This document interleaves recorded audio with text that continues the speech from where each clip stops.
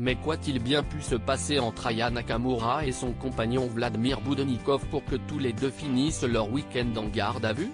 Arrêtés dans la nuit de samedi à dimanche après une querelle extrêmement violente, la chanteuse et le producteur auraient été très agressifs l'un envers l'autre.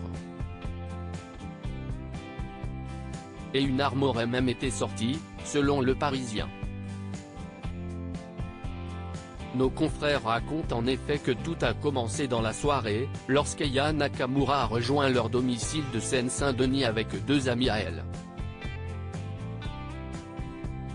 Un geste qui n'aurait pas du tout plu à son compagnon, également son producteur, qui les aurait alors menacés avec une arme.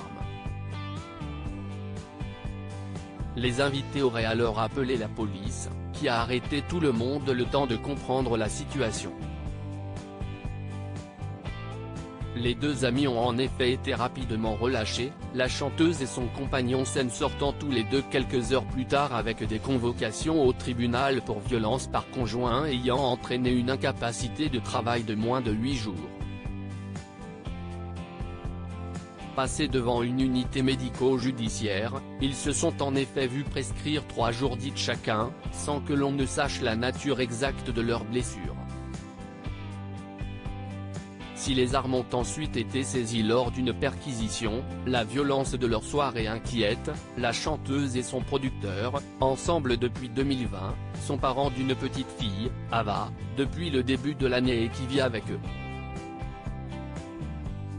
L'interprète de Jaja est également maman d'une petite fille, Aïcha, née il y a 6 ans et qu'elle protège farouchement de toute médiatisation. Les avocats de la chanteuse n'ont pas souhaité commenter officiellement cette affaire, sortie ce mercredi dans les médias.